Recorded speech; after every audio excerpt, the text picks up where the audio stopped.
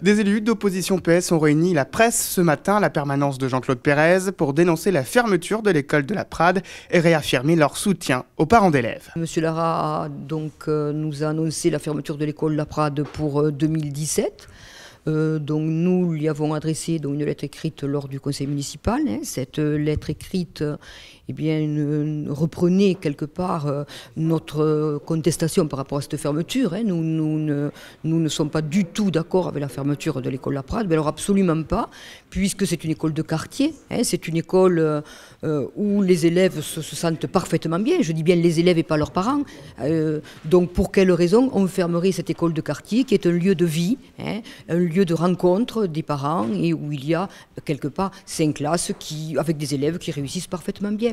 Du côté de la majorité municipale, on rétorque que Jean-Claude Pérez avait lui aussi fermé une école lorsqu'il était maire de Carcassonne, celle de Pêche-Marie.